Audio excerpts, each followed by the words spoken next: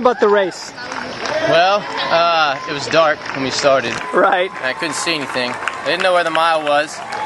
So clicked off at 11:40 for 2, which I was like, that's a good pace. And then at 3, I was at 17:39, and I was like, I didn't just drop a 5:59. So that was off.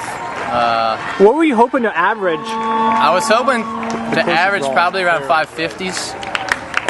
Start out 6 minutes, 6:05, and then finish 5:40s or so. And then I knew where we ran the course last week for a training run, so I knew where the hills were. Who's we? Me and Matt May, the guy who finished first. Okay. And so I knew where the hills were. So if I was by anybody, I knew I could put in a good surge and create some distance, and that's what I was able to do. And then on the flats on Millage and Prince, I was able to just kind of coast in a good rhythm.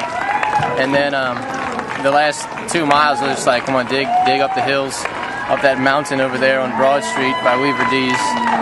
And then how tough was that hill at the end? Given that you just run 12 miles really hard, it sucked.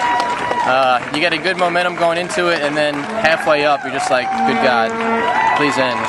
And then when you get to the top of the hill, it still kind of gradually ascends until you get to Hancock behind the Classic Center, and then it gradually ascends until you get by City Hall, and then you take the downhill. So you were at 7th when we first saw you around 2 miles in. I mean, were you concerned, or were you just kind of running your own race? Yeah, I knew my game plan, and I keep, since my goal is a marathon in January, I was like, I need to work on my patience.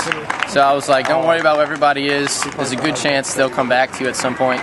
So I just tried to stay in that comfort zone, that comfort rhythm. And it worked out well. So well, congratulations on man. your 2nd place finish. I think you finished what, like a 2nd behind first, if that? 2, 2nd or 2, something like that. All right. Well, good job. Thanks, man. Appreciate you being out here.